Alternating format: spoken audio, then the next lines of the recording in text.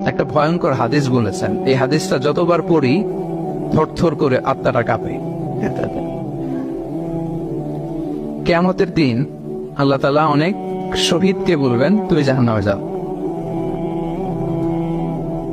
সে বলবে, আল্লাহ আমি জাহান্নামে যাবো, আমি তো রক্ত দিয়েছি তোমার জন্য, লিইলাহি কালিমাতিল্লাহ,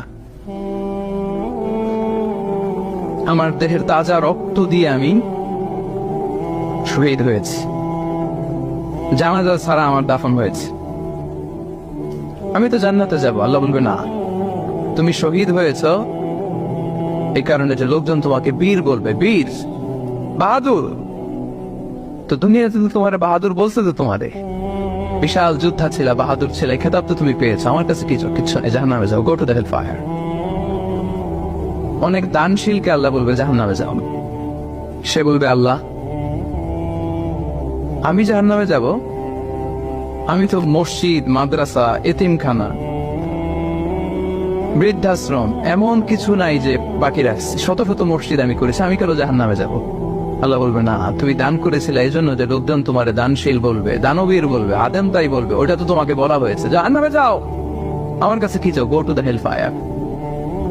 সেদিন আল্লাহ তাআলা অনেক আলেমকে ডাকবেন, অনেক দাঈদেরকে ডাকবেন, অনেক দুআত ইলাল্লাহদের তিনি ডাকবেন। Because of Allah, you never know, but then we know, and then we will know. সেদিন অনেক দুআত ইলাল্লাহদেরকে ডেকে আল্লাহ বলবেন যে তুমিও জাহান্নামে যাবে। সে বলবে, আল্লাহ কেন? আমি মানুষকে কোরআন শিখিয়েছি, আমি মানুষকে হাদিস শিখিয়েছি, আমার কথা শুনে অনেকে নামাজ পড়েছে, আমার কথা শুনে অনেকে দাড়ি রেখেছে, আগে সুদ খেত, আমার কথা শুনে সুদ বন্ধ করেছে, আমার কথা শুনে তো আল্লাহ এরা নামাজি হয়ে গিয়েছে। দ্য এন্টায়ার সোসাইটি সুদ বন্ধ করেছে, নামাজ ধরেছে, তারা ফরজ যাকাত দিত, আল্লাহ আমি কেন জাহান্নামে যাব?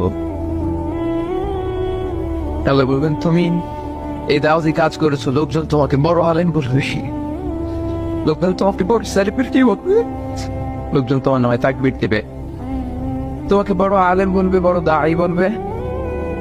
এটা তো বলা হতো তোমাকে দুনিয়াতে, আল্লাহ না বলে ডাকা হতো তোমাকে,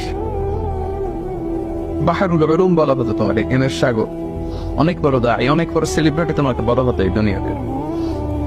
তো যা চেয়েছো তা তো পেয়েছো, আমার কাছে কি চাও?